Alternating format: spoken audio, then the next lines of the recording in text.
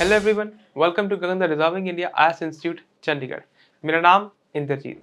आज हम लोग बात करेंगे बांग्लादेश के जो सर्कमस्टांसेस हैं, कैसे जो वहाँ की प्रधानमंत्री हैं हसीना शेख जी, उनको इस्तीफा देना पड़ गया या बहुत ही अनफॉर्चुनेट सर्कमस्टांसेस में उन्हें देश छोड़कर भी जाना पड़ा। ठीक है, क्या हालात हैं और ऐसे में जो वहाँ पर जो प्रोटेस्ट हो रहे हैं, वो उनके स्टूडेंट्स लीडर जो हैं उस प्रोटेस्ट के, जिनके कारण ये सब हुआ, जो भी हालात बने हैं अभी प्रधानमंत्री के लिए या बांग्लादेश में जो वहाँ पर अनरेस्ट फैल रखा है, राइट्स हो रहे हैं, उसके चलते वहाँ के जो स्टूडेंट लीडर्स हैं उन्होंने मोहम्मद यूनुस को डिमांड किया है to be formed as a chief advisor to the interim government. वहाँ पर बेसिकली अभी एक इंटरिम गवर्नमेंट बनाई जाएगी, बाद में इलेक्शंस होंगे। इलेक्शंस कब होंगे, इंटरिम गवर्नमेंट तक कब तक चलती है, वो सब बात की बातें हैं। अभी के लिए वहाँ के जो स्टूडेंट लीडर्स हैं they are demanding Mohammad Yunus as the interim government chief adviser. Now Mohammad Yunus ji कौन है, क्या इनका रोल है, कैसे इन्होंने बांग्लादेश की इकोनॉमी के योगदान किया, कैसे इनकी पढ़ाई वगैरह हुई, नोबेल लॉरिएट हैं, क्या सीन है, देखते हैं इनके बारे में। देखो, the leaders of student against discrimination said that they want Nobel laureate Mohammad Yunus as the chief advisor of Bangladesh interim government। Mohammad Yunus Nobel laureate मतलब उन्होंने नोबेल प्राइज जीता हुआ है। ठीक है, इट्स अ बिग थिंग, मतलब इससे बड़ा तो क्या ही है पूरी दुनिया में। ठीक है, मोहम्मद यूनुस जी का जन्म 1940 में हुआ चितगांव में। वो एक नोबेल लॉरिएट है। उन्हें 2006 में 2006 ध्यान रखना है, पीस प्राइज मिला, नोबेल पीस प्राइज। ठीक है, उन्होंने शेयर भी किया, पर ध्यान देना है, ये साल जरूर याद रखना है, 2006।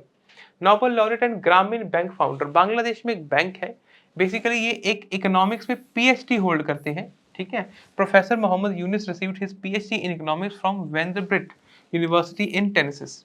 यूएसए में, अमेरिका में पढ़ने गए 1969 में, वहां पर इन्होंने पीएचडी हासिल करी। Subsequently became an assistant professor at middle Tennessee state university. फिर वहां पर ये बहुत देर तक पढ़ाते भी रहे, वहां पर प्रोफेसर बने रहे। बाद में जब 1971 में बांग्लादेश का जन्म हुआ, बांग्लादेश बना, स्थापित हुआ, उसके बाद वो देश में वापस लौटे और चीफ इकोनॉमिक एडवाइजर के रूप में उन्होंने काम किया। ठीक है, after Bangladesh was formed in 1972 he return to his homeland and was appointed head of the economics department Chittagong university. ठीक है, इसी दौरान, इसी कार्यकाल के दौरान उसके बाद इन्होंने 1983, आई गेस 1983 ही है, मैं भूल रहा हूँ, हाँ 1983 ही है, यहीं कहीं लिखा होगा, Yunus as a banker to poor. अच्छा, सबसे ज्यादा इंपॉर्टेंट जो है, ठीक है, एक व्यक्ति बाहर पढ़ने गए, वहां से पढ़ के आए, इकोनॉमिक में पीएचडी करी, पहले अमेरिका में पढ़ाते हुए बांग्लादेश में पढ़ाने लग गए। तो इसमें अचंभित क्या है, अचंभे वाली बात ये है, अचंभा नहीं, इसे सही शब्द होगा कि हम इनको इतनी इंपॉर्टेंस क्यों दे रहे हैं। देखो, जो यूनुस साहब हैं, इन्हें बैंकर टू द पुअर कहते हैं। क्यों कहते हैं, क्यों इन्हें नोबेल प्राइज मिला? बेसिकली बांग्लादेश की इकोनॉमी को ग्रो करने में इनका बहुत बड़ा योगदान है। इन्होंने एक सिस्टम डेवलप किया, एक इकोनॉमिक्स डेवलप करी, एक तरह से नई ब्रांच ही डेवलप कर दी, जिससे बैंकिंग सिस्टम में जो फॉर्मली लोगों को अलाउड नहीं था या एलिजिबल नहीं थे लोन लेने के, इन्होंने उन गरीबों को भी लोन दिया। गरीबों को लोन दिया, इससे वो काम करने योग्य हुए, MSMEs, micro small medium enterprises develop कर पाए। एमएसएमई, अब ये मत सोचना कि भारत से यूज कर रहा हूँ, एमएसएमई तो अब नॉर्मल वर्ड है ना, नॉर्मल टर्म है, माइक्रो स्मॉल मीडियम एंटरप्राइजेस वो बना पाए। ठीक है, तो ऐसे में as Bangladesh struggle to stabilise its economy and tackle poverty in post independence years, Yunus came up with a unique idea to help the impoverished, and he decided to provide small loans to entrepreneurs who wouldn't normally qualify। जिनको normal banks loan नहीं दे रहे थे, इन्होंने उनको भी loan दिया on terms suitable to them। ग्रामीण bank is credited with lifting millions from the poverty। It has disbursed collateral free loans। collateral free मतलब इसके बदले में कोई collateral भी नहीं लिया, आओ पैसे लो, लौटा देना, कोई दिक्कत नहीं, भरोसा करते हैं आप पे। collateral free loans of $34 billion among 9.55 million people since its inception। अगर डेली सन एक अखबार है बांग्लादेश का, उनकी बातें माने तो इनका 97.22% रिकवरी रेट है। मतलब इतने लोन वापस गए थे और 97% वापस आ गए हैं, जो कि बहुत अच्छा रिकवरी रेट है। राइट, आगे देखो, ये इनकी बहुत अच्छी तस्वीर है।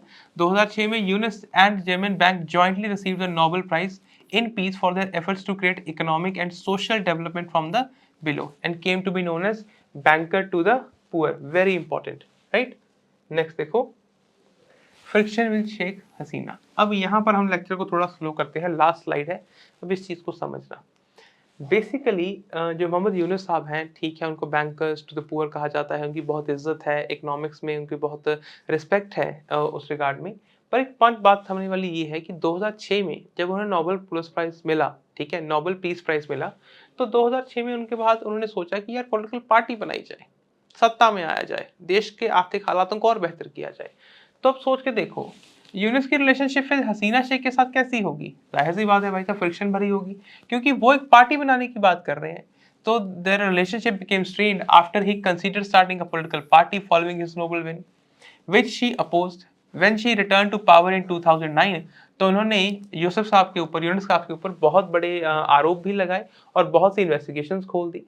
ही accused him of exploiting the poor या बोरोअर्स, और उन्होंने ये तक इल्ज़ाम लगाया कि भाई ये पैसा रिकवर करने के लिए, कि लोन दिया है, पैसा वापस लेने के लिए फ़ोर्स, दुरुपयोग करते हैं, फ़ोर्सफुली उनको टॉर्चर करते हैं, बोरोअर्स को बहुत तंग करते हैं, उनको एक्सप्लॉइट तक करते हैं, राइट?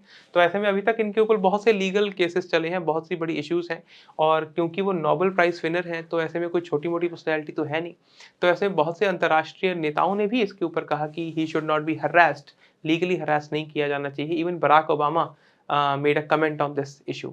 बट अभी के लिए हमारे लिए जो सबसे ज़्यादा इम्पोर्टेंट न्यूज़ है, जो वो क्या है कि भाई साहब बांग्लादेश के जो प्रोटेस्टर्स हैं, वो मोहम्मद यूनुस जी को वहाँ पर जो इंटरिम गवर्नमेंट बनने जा रही है, उसके चीफ एडवाइज़र के रूप में देखना चाहते हैं, राइट? आई होप ये टॉपिक आपको यहाँ तक समझ आ गया होगा। हम मिलेंगे नेक्स्ट वीडियो में, तब तक अपना ख्याल रखें, खुश रहें, धन्यवाद।